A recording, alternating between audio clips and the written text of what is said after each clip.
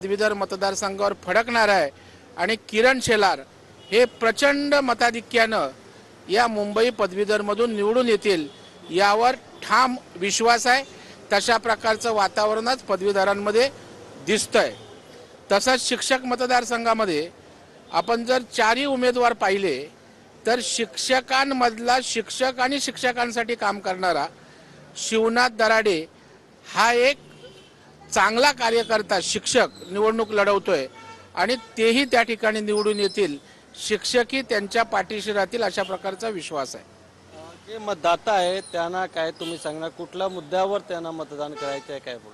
नाही, पदवीधरांचे आज अनेक प्रश्न आहेत, बेरोजगार पदवीधरांचे अनेक प्रश्न आहेत। या सगळ्या समस्या मुंबईकरांच्या पदवीधरांचे प्रश्न शिक्षकांचे प्रश्न मांडले पाहिजेत आणि ते आम्ही मांडू। सरकार त्या ठिकाणी आमचं आहे आणि सरकारच्या माध्यमातून जे जे पदवीधरांचे विषय आहेत ते सारे प्रश्न मार्गी लावू। आणि त्यामुळे माझं जनतेला मतदाराला आव्हान असेल की भारतीय जनता पार्टी महायुतीच्या त्या ठिकाणी पदवीधरांमधून किरण शेलार आणि शिक्षकांना नवनाथ दराडे यांना निवडून द्या।